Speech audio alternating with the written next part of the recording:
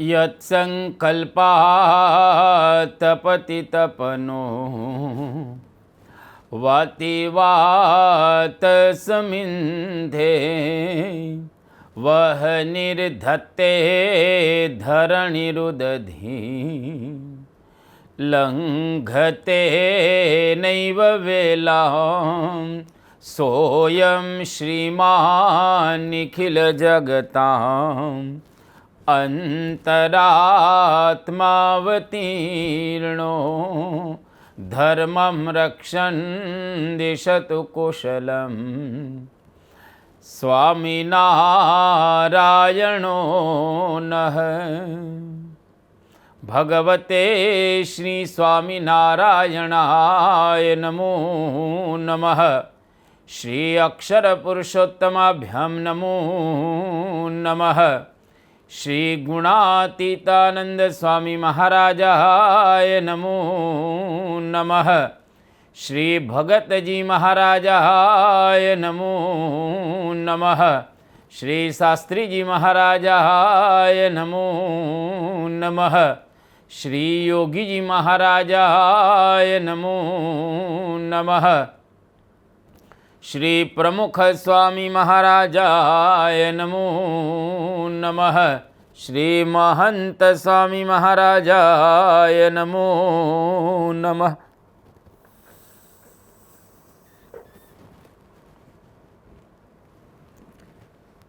પરમ પૂજ્ય મહંત સ્વામી મહારાજના કરકમળો દ્વારા લખાયેલો આ દિવ્ય સત્સંગ દીક્ષા ગ્રંથ, જેની પારાયણ આપણે સાંભળી રહેલા છીએ. અત્યાર સુધી 276 શ્લોકો આપણે સાંભળી ચૂક્યા.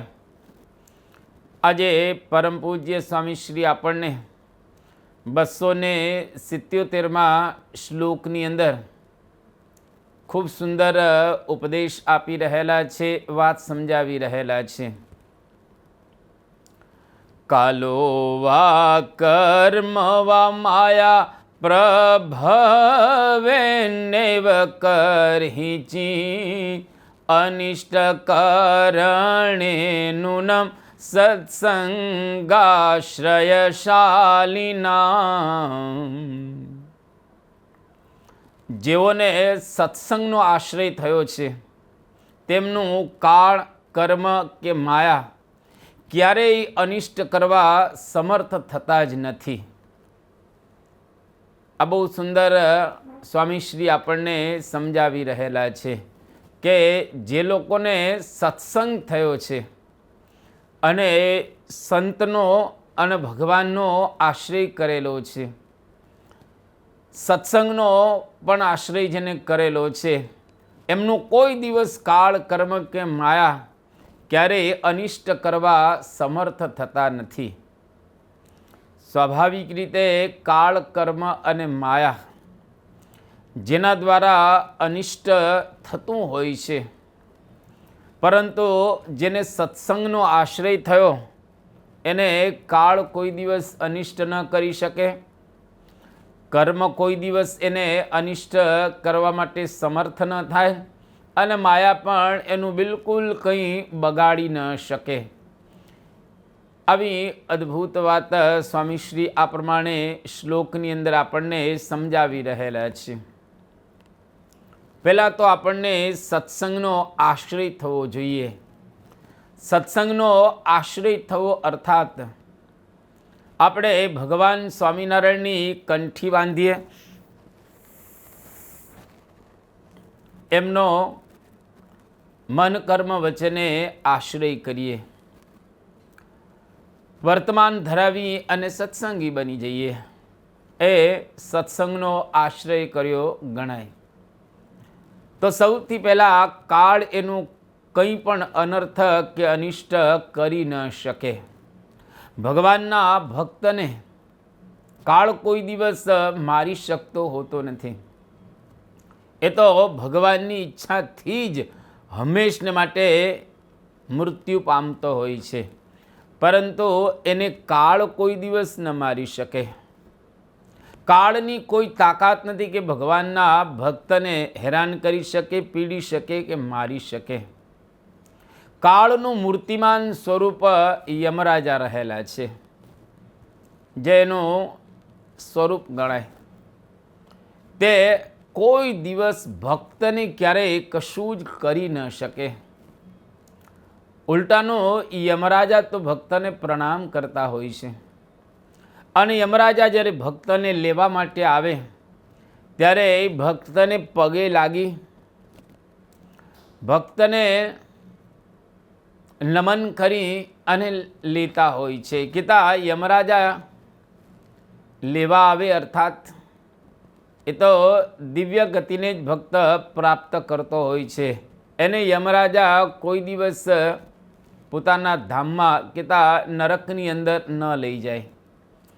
યમની ભક્તની પાસે કોઈ ગતિ જ હોતી નથી, એટલું આપણે બરાબર સમજી રાખવું.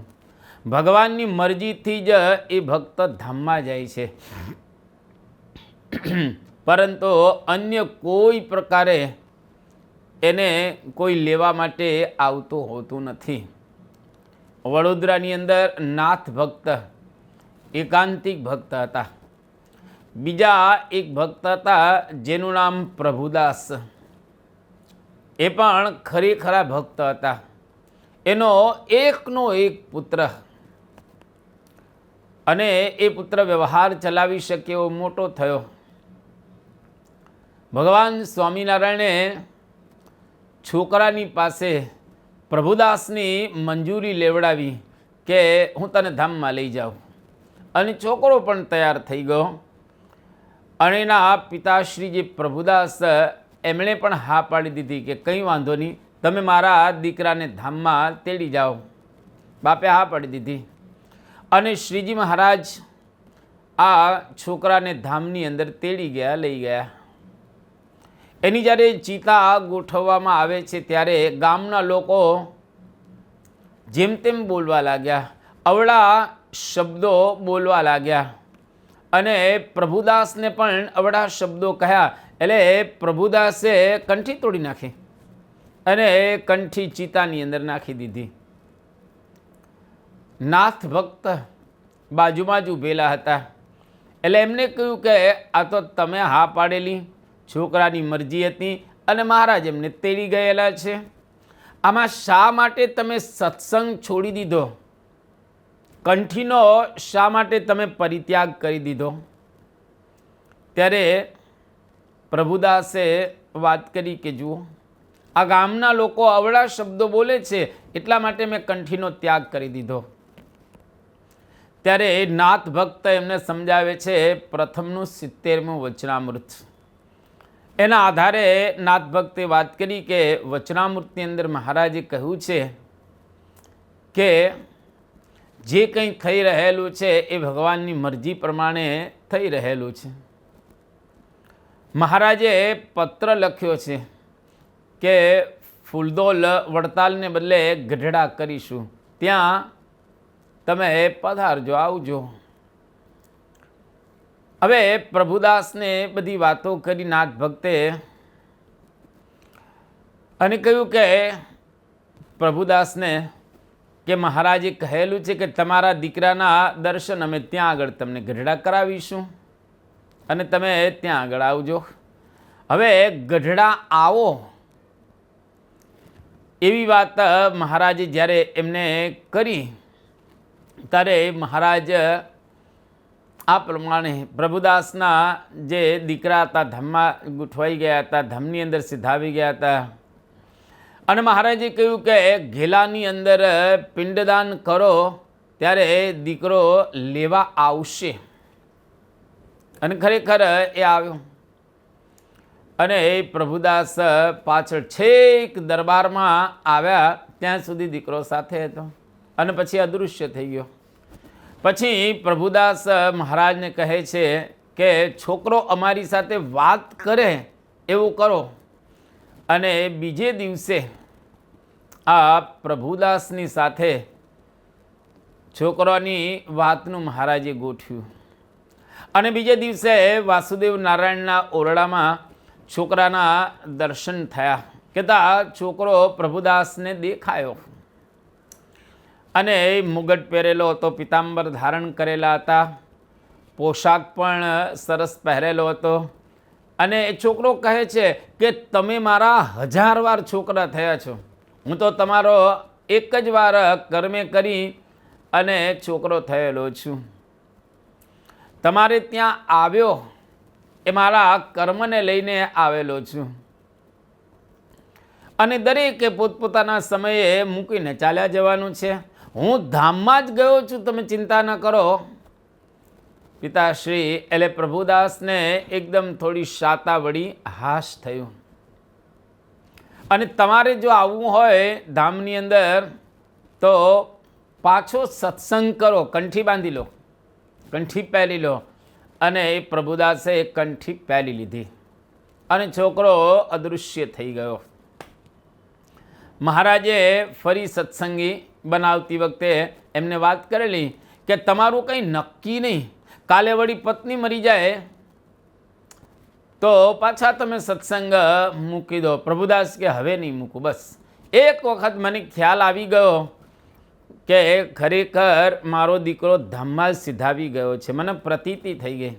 હવે કદાચ ગમે તેવી પરિસ્થિતિ ઉત્પન્ન થશે તો પણ હું કોઈ દિવસ સત્સંગ નહીં છોડું. આમે કંઠી ગામના લોકો બોલ્યા એટલે ચિતામાં નાખી દીધેલી હતી, સત્સંગ છોડી દીધેલો, પણ હવે કોઈ દિવસ કોઈ સંજોગોની અંદર હું સત્સંગ છોડીશ નહીં. અને 6 મહિના પછી એમના પત્ની ધામમાં ચાલ્યા ગયા. સમજણની દ્રઢતા હતી તો એ પોતે ડગ્યા નહીં અને સત્સંગ પણ છોડ્યો નહીં. એટલે કાળ ભગવાનના ભક્તને કશું કરી શકતો હોતો નથી, પરંતુ ભગવાનની ઈચ્છા ને મરજી પ્રમાણે જ બધું થતું હોય છે.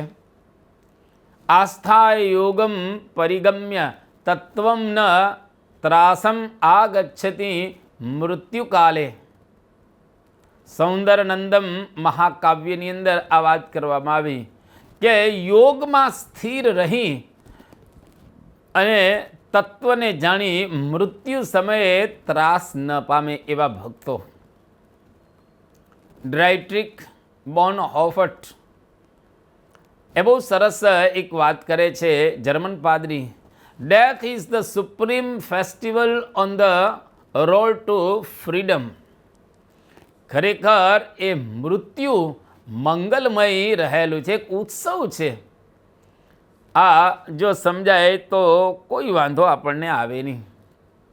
એટલે કાળ જ્યારે આપણે સત્સંગનો આશ્રય કરીએ છીએ ત્યારે આપણું કશું જ બગાડી શકતો હોતો એ નથી. ત્યાર પછી અહીંયા આગળ સ્વામીશ્રી કહે છે કે કર્મ ભગવાનના ભક્તનું અનિષ્ટ કોઈ દિવસ ન કરી શકે. પ્રથમના 58મા વચનામૃતની અંદર મહારાજ કહે છે અતિશય જે મોટા પુરુષ હોય તેનો જે ઉપર રાજીપો થાય, એના ગમે તેવા મલિન સંસ્કાર હોય તો નાશ પામે, રાંક હોય તે રાજા થાય, અને ગમે તેવા ભૂંડા પ્રારબ્ધ હોય તો રૂડા થાય, વિઘ્ન એનું નાશ પામે. અરે પ્રથમના 70મા વચનામૃતમાં તો મહારાજ ત્યાં સુધી કહે છે શૂળીનું દુઃખ કાંટે મટાડે. ભગવાનનો ભક્ત હોય એના કર્મની અંદર શૂળી લખેલી હોય, શૂળીના માછડે ચડવાનું લખેલું હોય તો એક કાંટો વગાડે જેના દ્વારા શૂળીનું દુઃખ મટાડે. એટલે ભગવાન અને એના જે આશ્રિત ભક્તો, સત્સંગના આશ્રિત ભક્તો, એનું કર્મ કોઈ દિવસ કંઈ બગાડી શકતું હોતું નથી. એ તો ભગવાનની ઈચ્છા પ્રમાણે જ થતું હોય છે. મધ્યના 45મા વચનામૃતની અંદર મહારાજ કહે છે ભગવાન અને સંત રાજી થાય તો નરકમાં જવાનું પ્રારબ્ધ હોય તો પણ પરમપદને પામે. એના રાજીપાનું આટલું બધું એક જબરજસ્ત ફળ આપવામાં આવેલું છે કે કદાચ એવા એના ભાગ્ય હોય, એવા એના કર્મ હોય કે જેને લઈ અને એને નરકમાં જવું પડે, પરંતુ ભગવાનનો જો આશ્રય હોય, સત્સંગનો આશ્રય હોય તો કર્મ એનું કશું જ ન બગાડી શકે અને એ પરમ પદને એટલે કે ભગવાનના દિવ્ય ધામને પામે. અંત્યના 13મા વચનામૃતની અંદર શ્રીજી મહારાજ કહે છે, આપણે જ્યારે તન મન અને ધન ભગવાનને અર્પણ કર્યું ત્યારે હવે ભગવાનની ઈચ્છા જ આપણું પ્રારબ્ધ, એ વિના બીજું કોઈ પ્રારબ્ધ આપણું રહેલું નથી. હવે બધા જે આપણા પ્રારબ્ધ રહેલા છે તમામ સમાપ્ત થઈ ગયા. ક્રિયમાણ, સંચિત અને પ્રારબ્ધ 3 પ્રકારના કર્મ છે. આપણા જેટલા કંઈ સંચિતમાંથી ફળ આપવા માટે ઉદ્યત થયેલા કર્મો પ્રારબ્ધ રૂપે આપણે એને ભોગવવા પડતા હોય છે. પરંતુ જ્યારે આપણને સત્સંગ થાય છે ત્યારે તમામ સંચિત કર્મો ભગવાનની ઈચ્છાથી એ બળી જાય છે. આપણું પ્રારબ્ધ હવે એમની ઈચ્છા પ્રમાણે જ રહે છે. એમની ઈચ્છા હોય એ પ્રમાણે આપણને પ્રેરે, એમની ઈચ્છા પ્રમાણે આપણને સુખ દુઃખની પ્રાપ્તિ થાય, એમની ઈચ્છા પ્રમાણે ધનાદિક આપણને મળે, એમની ઈચ્છા પ્રમાણે આપણા શરીરની અંદર રોગી નિરોગીપણે આપણે રહીએ. આ બધું જ એમની મરજી પ્રમાણે થાય. એમની મરજી વિના કશું જ કંઈ પણ ન થાય. આ કર્મ પણ એમનું કશું જ બગાડી શકતું નથી. કાળ ન બગાડી શકે, કર્મ ન અનિષ્ટ કરી શકે. ત્યાર પછી સ્વામીશ્રી કહે છે, માયા પણ અનિષ્ટ ન કરી શકે. ભગવાનની જે માયા રહેલી છે, માયા બહુ વિશાળ રહેલી છે, સર્વત્ર ફેલાયેલી માયા છે. અને ઉંબરું વિશાલ તરુ અરિ માયા, આ પ્રમાણે રામાયણની અંદર કહ્યું કે ભગવાનની માયા બહુ જ વિશાળ રહેલી છે, એનો કોઈ પાર આવે એવો નથી. અનંત કોટી બ્રહ્માંડોની અંદર ભગવાનની માયા રહેલી છે કે 14 લોક વૈકુંઠ લઘી માયાની પાગી રે. તેથી અનુભવી અડગા રહે ત્રયતાપ આગી રે. અનુભવીને અંતરે રહે રામ વાસે રે. 14 લોક વૈકુંઠ લગી માયાની પાગી રે. તો માયા ખૂબ વિસ્તારને પામેલી છે. માયા દુઃખદાયી છે, પણ ભગવાનના ભક્તને દુઃખ આપતી નથી, એનું કશું જ બગાડી શકતી હોતી નથી. ગમે તેટલો માયા પ્રયત્ન કરે તો પણ ભગવાનનો જે ભક્ત હોય એ ભગવાનના ભક્તને બિલકુલ માયા અનિષ્ટ કરી શકતી હોતી નથી. આ પણ એટલો ખ્યાલ રાખો. એટલા માટે કાળ, કર્મ અને માયા એનો આપણે કોઈ ડર ન રાખવો, એનો અંતરની અંદર ભાર પણ ન રાખવો. એ આપણું અનિષ્ટ કરશે એવી અંતરની અંદર બીક પણ ન રાખવી. તો આ શ્લોકની અંદર પરમ પૂજ્ય સ્વામીશ્રી આપણને આ વાત સમજાવી. અને હવે 278મા શ્લોકની અંદર સ્વામીશ્રી આપણને આગળ સમજાવી રહેલા છે. અયોગ્ય વિષયાશ્ચૈવં અયોગ્ય વ્યસનાનિ ચ આશંકા સંપરિત્યજ્ય સત્સંગમાશ્રિતે સદા. સત્સંગીઓએ અયોગ્ય વિષયો, વ્યસનો તથા વહેમનો સદાય ત્યાગ કરવો. અદ્ભુત વાત પરમ પૂજ્ય સ્વામીશ્રી આની અંદર સમજાવી રહેલા છે કે સત્સંગીઓએ અયોગ્ય વિષયો, વિષયો 2 પ્રકારના રહેલા છે. એક સારા વિષયો અને બીજા ખરાબ વિષયો. તો અયોગ્ય જે વિષયો હોય, ખરાબ વિષયો હોય, એનો આપણે ત્યાગ કરી દેવો જોઈએ. કારણ કે ભગવાનનો ભક્ત થયો એ વિષય વિના તો એને જીવન પસાર કરવું અઘરું પડશે. એ જીવન પસાર કરી જ ન શકે. પંચ વિષય તો એને પણ જોઈએ, શબ્દ, સ્પર્શ, રૂપ, રસ ને ગંધ. એ વિષય વિના તો ભગવાનનો ભક્ત પણ ન રહી શકે. પણ જે અયોગ્ય શબ્દ હોય, અયોગ્ય સ્પર્શ હોય, અયોગ્ય રૂપ હોય, અયોગ્ય ગંધ હોય અને અયોગ્ય આ પ્રમાણે અન્ય જે રહેલું હોય એનો આપણે ત્યાગ કરવો જોઈએ. શબ્દ, સ્પર્શ, રૂપ, રસ અને ગંધ, અયોગ્ય રસનો પણ આપણે ત્યાગ કરવો જોઈએ. પણ જે યોગ્ય હોય રૂપ, રસ, ગંધ વગેરે તો એને તો આપણે ગ્રહણ કરવા જ જોઈએ. એવીના તો ભગવાનનો ભક્ત પણ પોતાના શરીરનો નિર્વાહ ન કરી શકે. એટલા માટે અહીંયા આગળ પરમપૂજ્ય સ્વામીશ્રી આપણને બતાવી રહેલા છે કે સત્સંગીઓએ અયોગ્ય વિષયો એનો ત્યાગ કરવો. બીજો અહીંયા આગળ કહે છે અયોગ્ય વ્યસનો.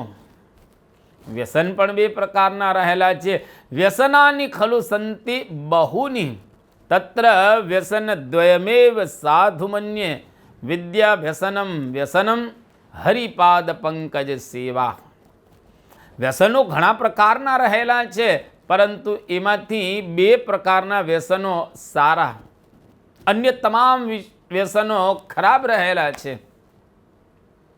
વિદ્યાભ્યસનમ વ્યસનમ હરિપાદ પંકજ સેવા. વિદ્યાભ્યાસ સારી રીતે કરવો, કેટલા શાસ્ત્રોનું પઠન પાઠન બરાબર રીતે કરવું એ વ્યસન છે. કથાનું કોઈને વ્યસન પડે, કોઈને દર્શનનું વ્યસન પડે, કોઈને વળી સંત સમાગમનું વ્યસન પડે, કોઈને વળી શાસ્ત્ર પઠન કે પાઠનનું વ્યસન પડે, કોઈને વળી એકાંતમાં બેસીને માળા કરવાનું વ્યસન પડે, કોઈને વળી મંત્ર જાપ શાંતિથી કરવાનું વ્યસન પડે, કોઈને સેવાનું વ્યસન પડે, કોઈને સમાગમનું વ્યસન પડે, કોઈને વળી દેવ દર્શનનું વ્યસન પડે, કોઈને અન્ય પ્રકારના આવા સારા વ્યસનો પડે. તો એમાં કોઈ પ્રકારનો બાદ રહેલો નથી. પણ અયોગ્ય બીડી, સિગારેટ, ભાંગ, ચરસ, ગાંજો, મફર, છીંકણી કે આ પ્રકારના જે ડ્રગ્સ કે વ્યસનો એ ખરાબ રહેલા છે. તો સત્સંગીઓએ યોગ્ય વ્યસનો રાખવા અને અયોગ્ય વ્યસનોનો ત્યાગ કરવો. ત્યાર પછી સ્વામીશ્રી કહે છે વહેમનો સદાય ત્યાગ કરવો. વહેમ અર્થાત અંધશ્રદ્ધા. શ્રદ્ધા બે પ્રકારની રહેલી છે, એક તો જાગૃત શ્રદ્ધા અને બીજી અંધશ્રદ્ધા. જાગૃત શ્રદ્ધા રાખવામાં બિલકુલ વાંધો રહેલો નથી, પરંતુ અંધશ્રદ્ધા ન હોવી ઘટે. વહેમ અર્થાત અંધશ્રદ્ધા, આંધળી શ્રદ્ધા, જે દેખાય નહીં, જે અનુભવાય નહીં, જે કોઈ દિવસ સિદ્ધ થવાનું નથી, એના વિશે આપણે શ્રદ્ધા રાખીએ જે યોગ્ય રહેલું નથી, એનો ત્યાગ કરવો જોઈએ. આમે ગુણાતીતાનંદ સ્વામીએ વાત કરેલી છે કે વિષય, વ્યસન અને વહેમ પ્રભુ ભજવા દે કેમ. વિષય, વ્યસન અને વહેમ, વિષય પંચ રહેલા છે. આ પાંચે પાંચ વિષયની અંદર માણસ માત્ર મૃત્યુ પામે છે. તુલસીદાસજીએ વાત કરેલી છે કે આ પાંચ વિષયની અંદર માણસ માત્ર આવરી ગયેલા છે. તો એ પાંચે પાંચ વિષય એકને વળગ્યા હોય તો માણસનું શું થાય? એટલા માટે આ પાંચે વિષયનો ત્યાગ કરી દેવો જોઈએ. એકમાં એક પ્રાણીનું મૃત્યુ થયેલું છે, જે આપણે કથાઓ ઘણીવાર સાંભળી ચૂકેલા છે, જેમ કે શબ્દ. હરણ કેટલું પાવરફુલ ગણાય દોડવામાં, પરંતુ જ્યારે પારધી હરણને મારવાનું હોય ત્યારે વાંસળી વગાડે, પાવો વગાડે અને હરણને એ સાંભળવામાં મશગુલ બની જાય, દોડે નહીં. ત્યારે પારધી એને બાણ મારીને મારી નાખે. શબ્દની અંદર હરણ આસક્ત થયો તો એનું મૃત્યુ થયું. સ્પર્શ, હાથી જબરજસ્ત પાવરફુલ પ્રાણી રહેલું છે, પણ એ જ્યારે હાથણીનો સ્પર્શ કરવામાં લાલાઈ થાય અને રસ્તામાં એક ખાડો કરવામાં આવે ઊંડો, એની ઉપર નાના નાના બાંબુ અને એની ઉપર ઘાસ મૂકી દેવામાં આવે અને સામા બાજુ એક કાગળમાંથી બનાવેલી હાથણી એને મૂકવામાં આવે. હાથી એનો સ્પર્શ કરવામાં લાલાઈ થાય, એને ખાડો ન દેખાય અને એની અંદર ધડ કરતો હાથી પડે, પછી બહાર નીકળી શકતો હોતો નથી. અને એમાં ને એમાં એને ભૂખ્યો રાખે અને થોડા દિવસ થાય એટલે પછી એ મરવા પડે અને એને મારતા હોય છે. તો સ્પર્શમાંથી હાથીનું મૃત્યુ થાય છે. અને રૂપ આપણે જાણીએ છીએ કે ચોમાસાની અંદર અથવા તો અન્ય ઋતુની અંદર પેલા નાના નાના જીવડાઓ આવતા હોય છે અને જીવડાઓ લાઇટ તરફ આકર્ષાય, કારણ કે લાઇટ તેજસ્વી દેખાય અને એનું રૂપ જોઈ અને જીવડાઓ એની અંદર સ્પર્શ કરવા માટે, ત્યાં જોવા માટે, અને એ જાણે છે કે આમાં મારું મૃત્યુ થશે, પરંતુ છતાંય નજીક જાય અને બળી જતા હોય છે, મરી જતા હોય છે. તો રૂપમાં જીવડાઓ બધા આસક્ત થાય એને કારણે એનું મૃત્યુ થાય છે. રસ સમુદ્રની અંદર, સરોવરની અંદર કે તળાવની અંદર કે નદીની અંદર માછલા રહેતા હોય છે. જ્યારે માછીમાર માછલા પકડવા માટે જાય ત્યારે પોતાની જે જાળ હોય અથવા તો એક હૂક રાખે, ત્યાં આગળ આમ કહીએ કે લોટ મૂકી દે અથવા તો કંઈ ખાવાનું મૂકી દે અને માછલાઓ ખાવા માટે લાલાયિત થાય, આકર્ષાય, ત્યારે એની અંદર ભરાઈ જાય. હૂક હોય એટલે ચોંટી જાય, નીકળી ન શકે અને માછીમાર એ માછલાઓને બહાર ખેંચી લે, જેની અંદર માછલાઓ મૃત્યુ પામે. ખાવામાં, રસમાં આસક્તિને કારણે માછલાઓ મરી જતા હોય છે. અને ગંધની અંદર ભમરો મૃત્યુ પામે છે. જ્યારે સરોવરના કાંઠે બધા કમળના પુષ્પો ખીલેલા હોય ત્યારે ભમરો એની સુગંધ લેવા માટે કમળના પુષ્પ ઉપર બેસે અને સંધ્યા ઢળવાનો સમય થાય ત્યારે કમળ બીડાઈ જાય અને એ વખતે હાથીઓ સરોવરના કિનારે આવે અને ભમરો બહાર ન નીકળી શકે, પરંતુ કમળના પુષ્પની અંદર જ રહી જાય. અને એ વખતે હાથી કમળને ખાય, એની સાથે સાથે ભમરો પણ હાથીના પેટમાં જાય. તો સુગંધની અંદર ભમરો આસક્ત થઈ ગયો, જેના દ્વારા એનું મૃત્યુ થયું. એટલે પંચ વિષયમાંથી 5 પ્રાણીઓના મૃત્યુ થાય છે. અલી પતંગ મૃગ મીન ગજ એક એક રસ આંચ તુલસી ઉનકી કૌન ગતિ ઝાકુ વ્યાપત 5. અલી પતંગ મૃગ મીન ગજ આ 5 પ્રાણીના 5 વિષયમાંથી મૃત્યુ થયેલા છે. એ 5 વિષય જો આપણને વળગેલા હોય તો આપણું શું થાય? એટલા માટે અહીંયા આગળ સ્વામીશ્રી કહે છે વ્યસનો અયોગ્ય જે હોય, વિષયો અયોગ્ય હોય એનો આપણે ત્યાગ કરવો જોઈએ. ત્યાર પછી વિષય, વ્યસન અને વહેમ. વહેમની વાતો પણ સાંભળી આપણે, વિષયની પણ આપણે વાતો સાંભળી. હવે વ્યસન તો ઘણા પ્રકારના રહેલા છે.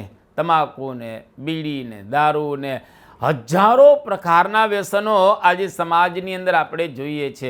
હજારો લોકો આ વ્યસનોની અંદર ચકચૂર રહેલા છે.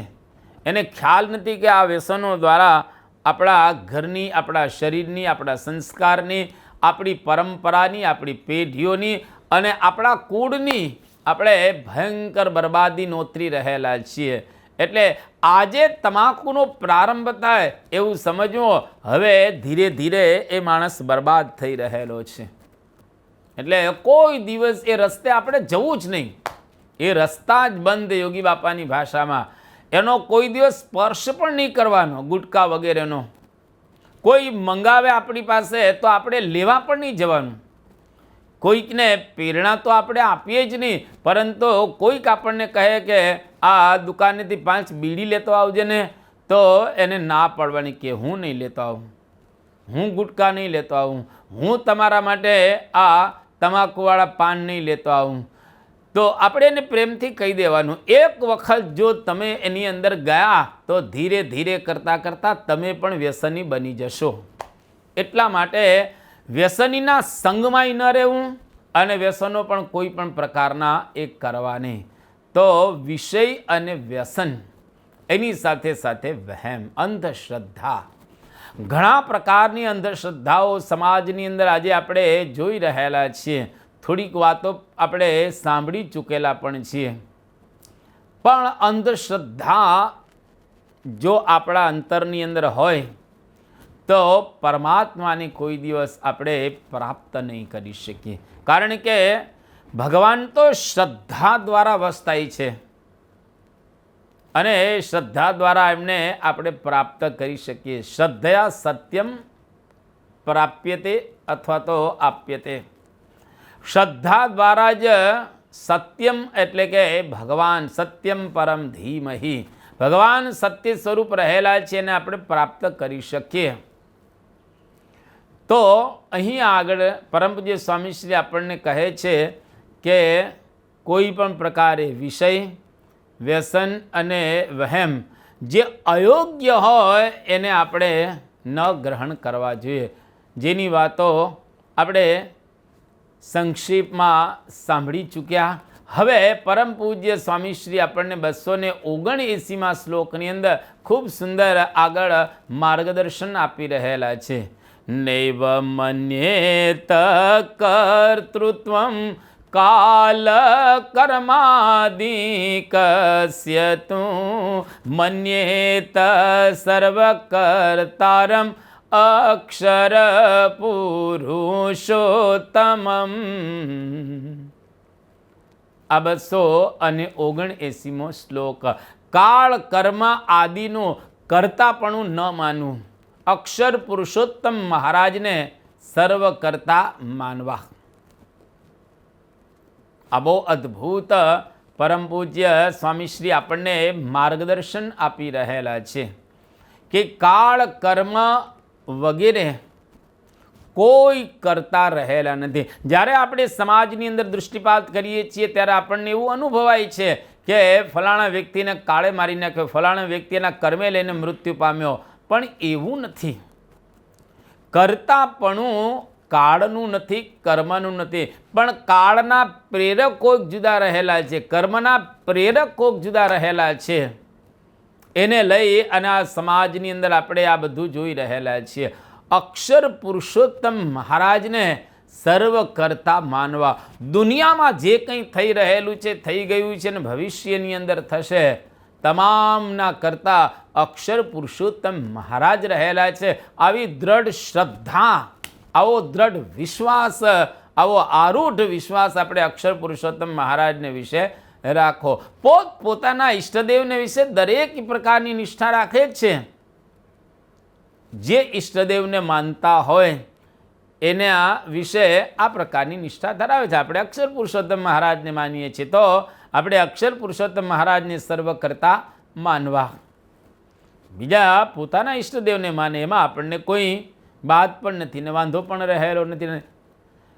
એકબીજાના ઈષ્ટદેવને વિશે એકબીજા શંકા ઉઠાવે અથવા તો એનો વિરોધ કરે યોગ્ય છે જ નહીં.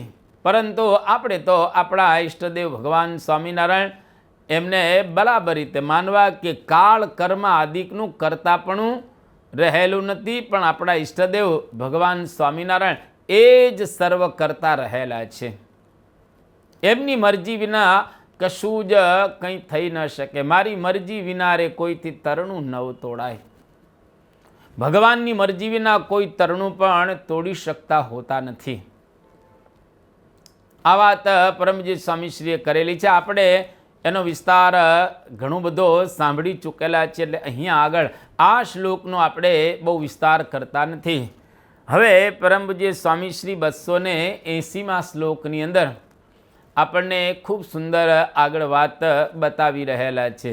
વિપત્તિષુ ધરે ધૈર્યમ પ્રાર્થનમ યત્નમાચરે ભજેત દૃઢ વિશ્વાસમ અક્ષર પુરુષોત્તમે. વિપત્તિષુ અર્થાત વિપત્તિ આવે ત્યારે ધીરજ રાખવી, પ્રાર્થના કરવી, પ્રયત્ન કરવો અને અક્ષર પુરુષોત્તમ મહારાજને વિશે દ્રઢ વિશ્વાસ રાખવો. વિપત્તિષુ ધરેત ધૈર્યમ પ્રાર્થનમ યત્નમ આચરેત ભજેત દૃઢ વિશ્વાસમ અક્ષર પુરુષોત્તમે. અદ્ભુત પરમ પૂજ્ય સ્વામી શ્રી આ શ્લોકની અંદર આપણને સમજાવી રહેલા કે વિપત્તિ આવે ત્યારે ધીરજ, પ્રાર્થના, પ્રયત્ન અને વિશ્વાસ રાખવા, 4 વસ્તુ વિપત્તિની અંદર રાખવાની પરમ પૂજ્ય સ્વામી શ્રી આપણને શિખામણ, સલાહ અને વાત કરી રહેલા છે કે વિપત્તિની અંદર ધીરજ રાખવી, વિપત્તિની અંદર ભગવાનની પ્રાર્થના કરવી, વિપત્તિની અંદર જબરજસ્ત પુરુષાર્થ કરવો અને એ વિપત્તિની અંદર વિશ્વાસ રાખવો કે કરશે જ. તો એને સમજવાનો આપણે પ્રયત્ન કરીએ. સૌથી પહેલાં વિપત્તિમાં ધીરજ. ગોંડલની અંદર બ્રહ્મ સ્વરૂપ યોગીજી મહારાજ વિરાજમાન હતા અને યોગીજી મહારાજની અડધી હજામતે જે હજામત કરતો હતો એ વાણંદ, એના ઘરેથી એવા સમાચાર પ્રાપ્ત થયા કે તમે અહીંયા આગળ આવી જાઓ, અગત્યનું કામ રહેલું છે. અને આ વાણંદ યોગીજી મહારાજનું મુંડન કરતો કરતો, અડધી હજામત કરતો કરતો એમને સમાચાર સાંભળ્યા અને જતો રહ્યો. બધા સંતો એકદમ અકળાઈ ગયા. પણ બ્રહ્મ સ્વરૂપ યોગીજી મહારાજ 2 કલાક બેસી રહ્યા. જ્યાં સુધી વાણંદ ન આવ્યો ત્યાં સુધી યોગીજી મહારાજ શાંતિથી બેઠા રહ્યા, ખૂબ ધીરજ રાખી. અંતે વાણંદ આવ્યો અને યોગીજી મહારાજની હજામત થઈ. હવે 2 કલાકથી તમને આવી રીતે બેસાડી રાખે, અડધી હજામતે સાબુ ચોપડી દીધેલો હોય, તમે બેઠેલા હો તો સ્વાભાવિક રીતે થોડું ચચરે પણ ખરું. પણ યોગીજી મહારાજની કેવી જબરજસ્ત ધીરજ રહેલી. કોઈ દિવસ ધીરજનો યોગીજી મહારાજ પોતે ત્યાગ કરતા ન હતા. મુશ્કેલી આવે, ગમે ની કંટાળો આવે, છતાં યોગીજી મહારાજે ખૂબ ધીરજ રાખી. એટલા માટે વિપત્તિમાં જે ધીરજ રાખે એ વીર કહેવાય, મહાવીર કહેવાય. વિપત્તિની અંદર ધીરજ રાખવી ખૂબ અઘરી રહેલી છે. પણ સાધુઓ માટે ખૂબ સુંદર વાત કરવામાં આવી છે. ધૈર્ય ધનાહિ સાધવ, સાધવ ધૈર્ય ધના સંતિ. સાધુઓ છે ધીરજ ધારણ કરનારા રહેલા છે. સંતો કોઈ દિવસ ઉકળી ન જાય, સંતો કોઈ દિવસ આ પ્રમાણે ધીરજનો ત્યાગ ન કરે. વણ તોલી વિપત્ત માહી વળી ધરવી અંતરે ધીરને. આ નિષ્કુળાનંદ સ્વામીએ ધીરજ આખ્યાનની અંદર સરસ વાત કરેલી છે. વણ તોડી વિપત માહી વળી ધરવી અંતરે ધીરને. સદાય ન હોય સરખું હોય સુખ દુઃખ શરીરને. વણતોડી વિપત માહી વળી ધરવી અંતરે ધીરને. સદાય ન હોય સરખું હોય સુખ દુઃખ શરીરને. ધીરજ આખ્યાન. ધીરાહિ તરંતી આપદમ. જે ધીર પુરુષો રહેલા છે એ આપત્તિને, વિપત્તિને કે મુશ્કેલીને તરી જતા હોય છે. અને બહારના જગતની અંદર પણ આપણને જોવા મળે, જે લોકો આધ્યાત્મિક માર્ગે નથી ચાલ્યા એવા લોકોએ પણ સમાજની અંદર ખૂબ ધીરજ રાખેલી છે. ન્યૂટન, જે અંગ્રેજ વૈજ્ઞાનિક, ગણિત શાસ્ત્રી અને તત્વચિંતકના પોતે બહુ સારા જાણકાર હતા, પોતે તત્વચિંતક પણ હતા.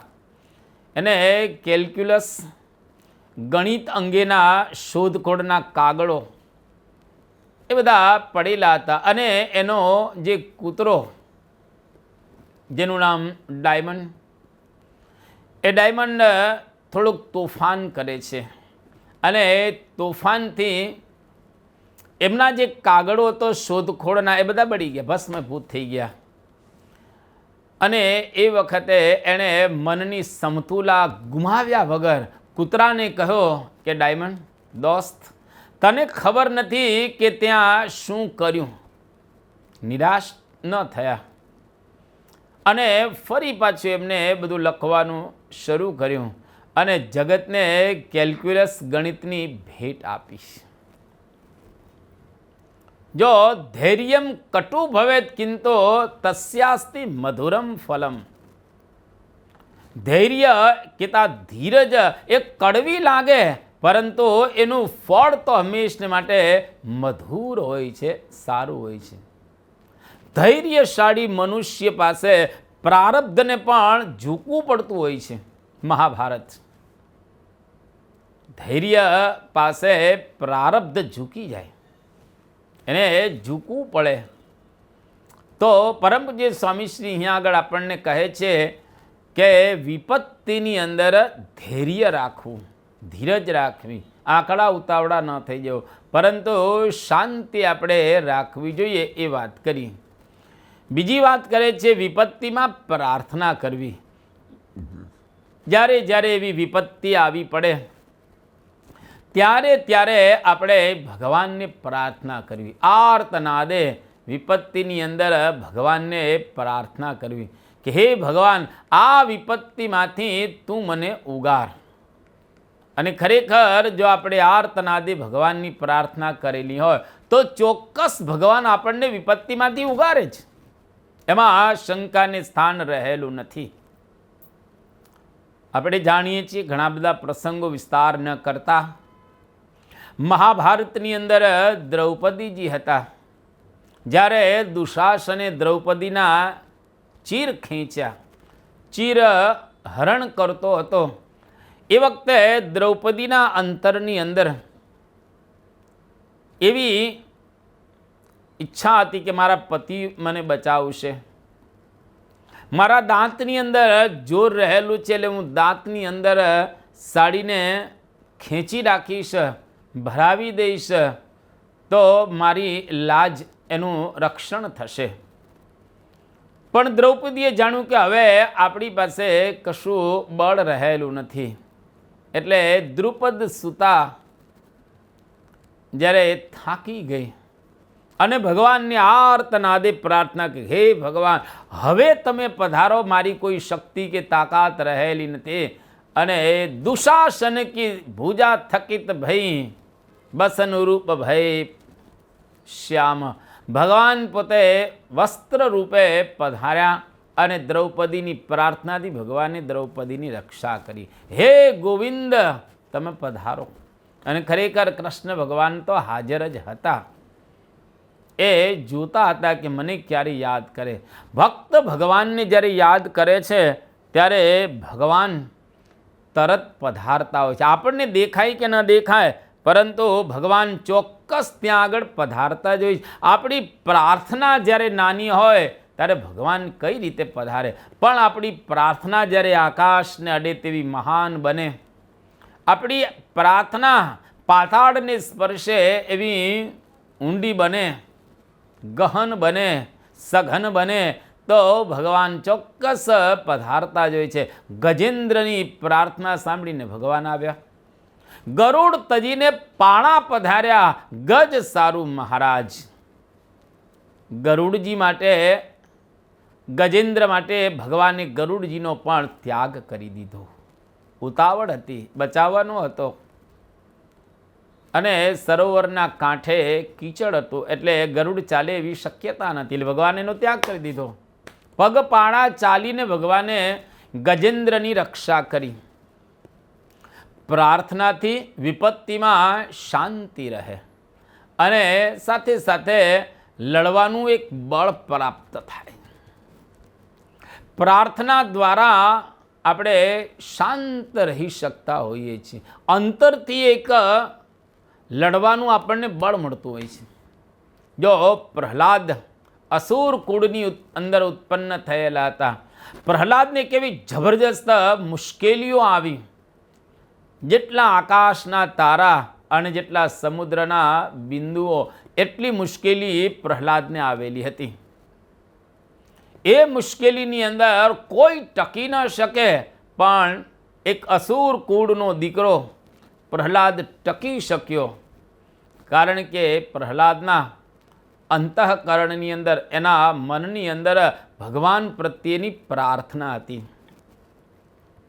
તો પ્રાર્થના દ્વારા આપણે પાર ઉતરી શકતા હોઈએ છીએ, પ્રાર્થના દ્વારા આપણે મુશ્કેલીનો અંત લાવી શકતા હોઈએ છીએ. એટલે જ્યારે વિપત્તિ આવે, જ્યારે આપત્તિ આવે, મુશ્કેલી આવે, એ વખતે ભગવાનની પ્રાર્થના કરી, આર્તનાદે કરીને, એક તાર થઈને, જગતને ભૂલીને જો આપણે પ્રાર્થના પરમાત્માની કરીએ તો ભગવાન ચોક્કસ આપણને મુશ્કેલીમાંથી ઉગારે.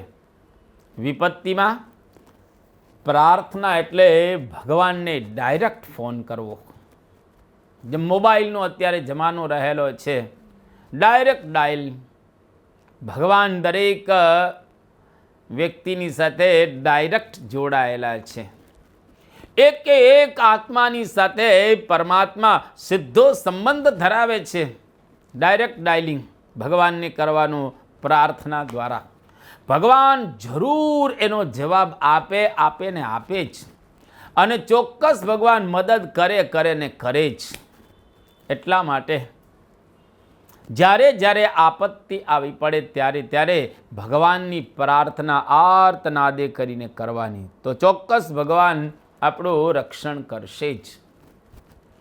હજારો ને લાખો ભક્તો આ પૃથ્વીના પટાંગણ ઉપર થયા. તમામ ભક્તોએ ભગવાનને પ્રાર્થના કરી છે અને ભગવાને એમનું કામ કર્યું છે. વિપત્તિમાં પ્રયત્ન કરવો, આ ત્રીજી વાત પરમ પૂજ્ય સ્વામીશ્રી આપણને સમજાવી રહ્યા. જ્યારે વિપત્તિ આવે, આપત્તિ આવે, ત્યારે પ્રયત્ન કરવો, બેસી ન રહેવું. મુશ્કેલીમાં ક્યારેય પુરુષાર્થ ન છોડવો. અને જો પુરુષાર્થ આપણે જારી રાખીએ, પુરુષાર્થ કરતા રહીએ, તો ચોક્કસ કાર્ય સફળ થાય ને થાય જ. એમાં શંકાને સ્થાન રહેલું નથી. તો મુશ્કેલીની અંદર ક્યારેય પુરુષાર્થનો પરિત્યાગ ન કરવો.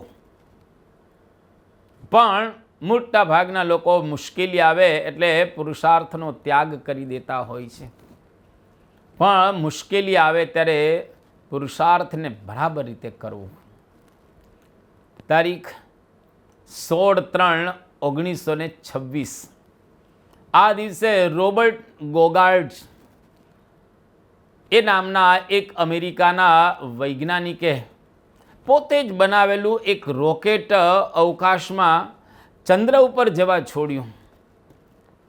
પણ પરિસ્થિતિ એવી સર્જાણી કે 171 ફૂટ ઉડ્યું અને પૃથ્વી પર આવીને પડી ગયું.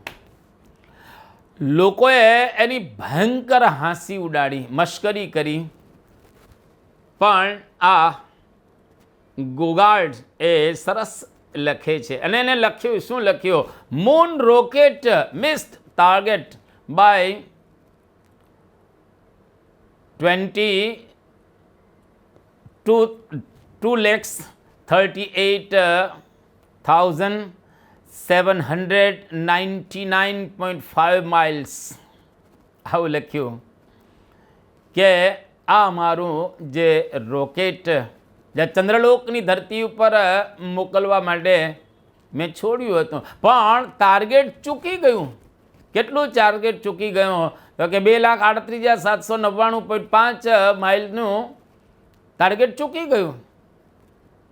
આવા ભયંકર ઉપહાસની વચ્ચે પણ ગોગાર્ડ મંડ્યો રહ્યો. એને પ્રયત્ન ચાલુ રાખ્યા અને એણે રોકેટની વિશ્વને ભેટ આપી.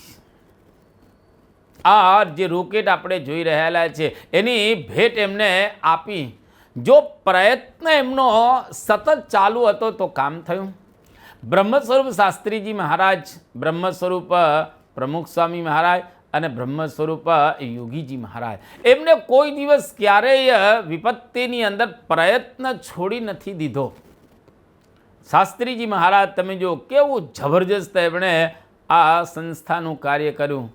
જે વખતે શાસ્ત્રીજી મહારાજ વડતાલથી નીકળ્યા એ વખતે નાણાં માણા પાણાને દાણા કશું જ ન મળે, પણ પ્રયત્ન કરીને મંદિર ચણાણા.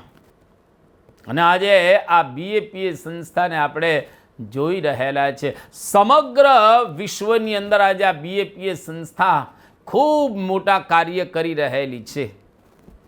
આજે સંપત્તિની અંદર, સત્સંગની અંદર, ફેલાવાની અંદર અને જગતના કાર્યો કરવાની અંદર તથા સમાજનું રક્ષણ કરવામાં અને સમાજની સાથે રહેવામાં આ સંસ્થા અત્યારે અજોડ રહેલી છે.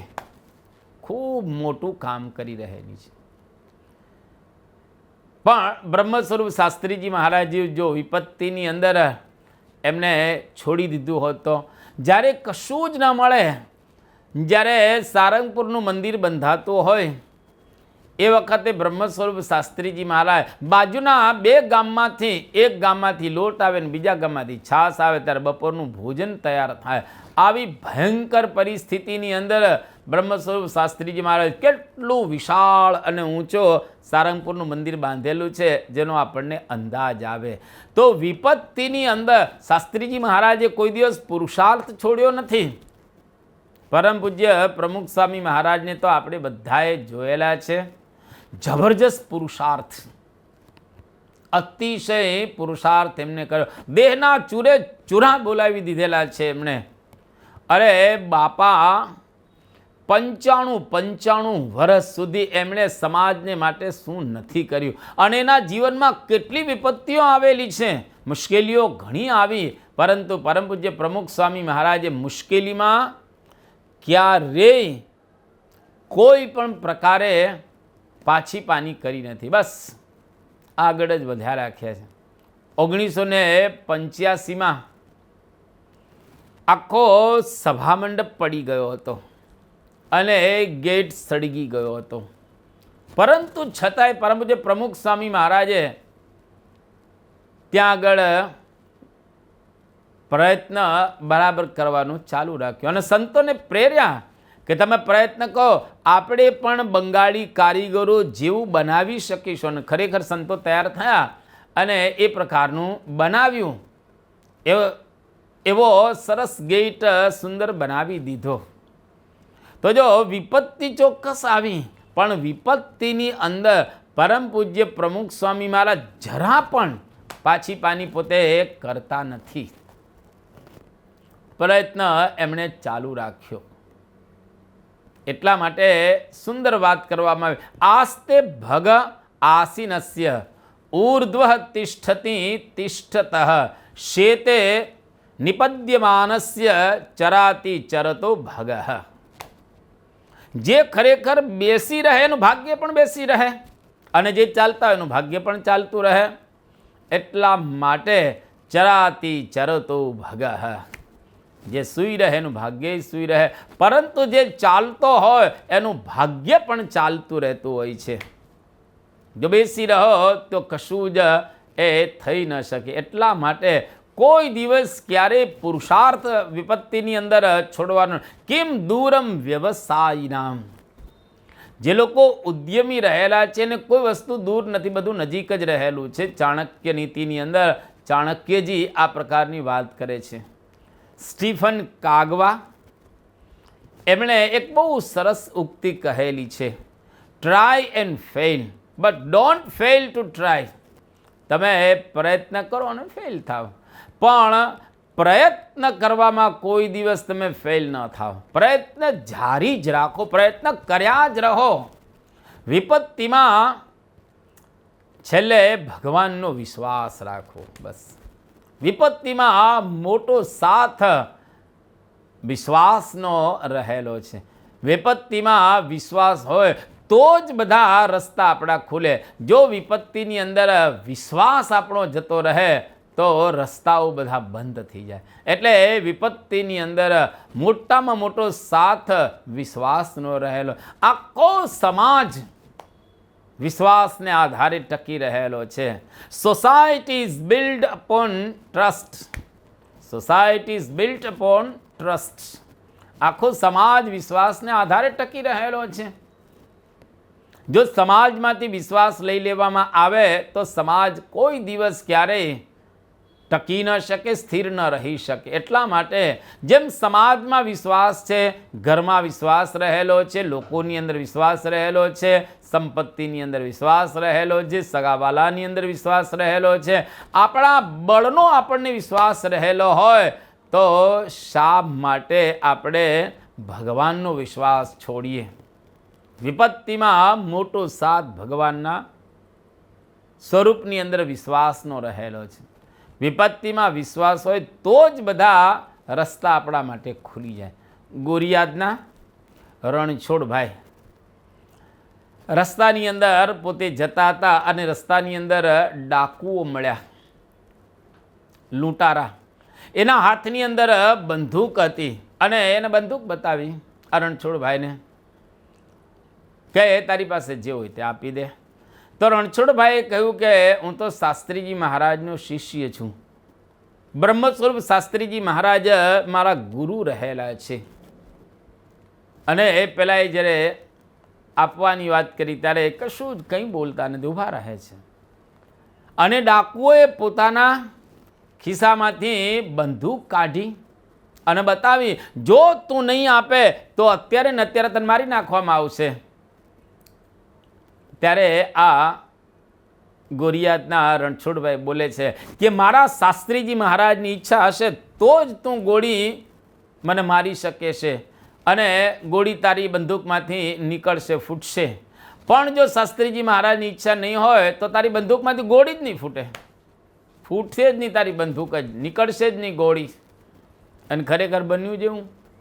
પેલા એ છાતીમાં બંદૂકનું નાળચું રાખ્યું અને એકદમ ઊભા રહી ગયા, છાતી કાઢીને કે માર.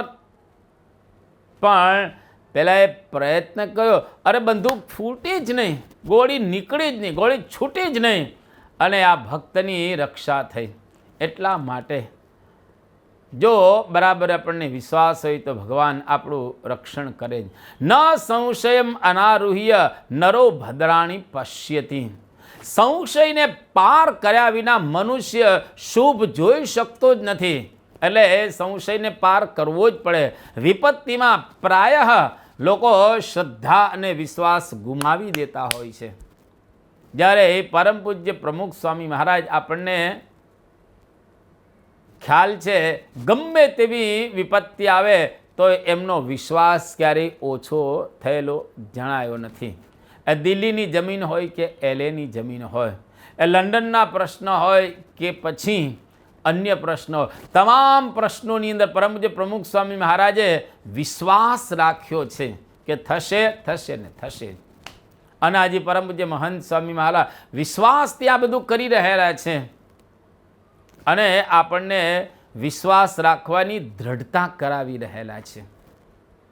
અને જો શ્રદ્ધા હોય તો ખરેખર કાર્ય થાય, વિશ્વાસ હોય તો કાર્ય થાય. એમાં શંકાને સ્થાન રહેલું નથી. એટલે વિપત્તિમાં શ્રદ્ધા કે વિશ્વાસ રાખવા.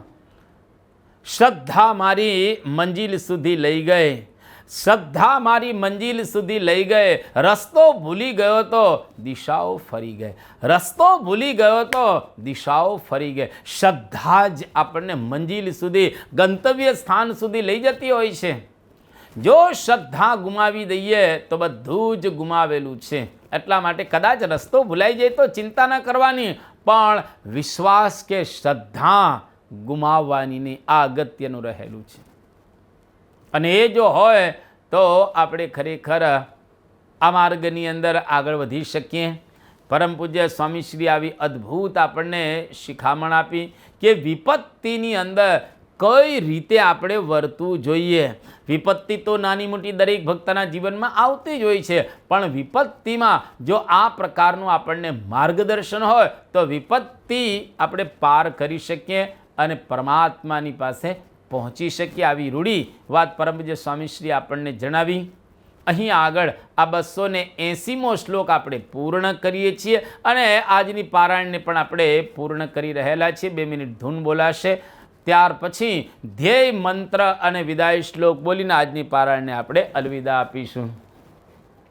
સ્વામી નારાયણ નારાયણ નારાયણ, સ્વામી નારાયણ નારાયણ નારાયણ, સ્વામિનારાયણ સ્વામિનારાયણ સ્વામિનારાયણ સ્વામિનારાયણ સ્વામિનારાયણ નારાયણ નારાયણ સ્વામિનારાયણ નારાયણ નારાયણ. ગુણાતીતં ગુરું પ્રાપ્ય બ્રહ્મરૂપં નિજાત્મનઃ વિભાવ્ય દાસભાવેન સ્વામિનારાયણં ભજે. શ્રીહરિં સાક્ષરં સર્વદેવેશ્વરં ભક્તિધર્માત્મજં દિવ્યરૂપં પરમ. શાંતિદં મુક્તિદં કામદં કારણં સ્વામિનારાયણં નીલકંઠં ભજે શ્રીહરિં.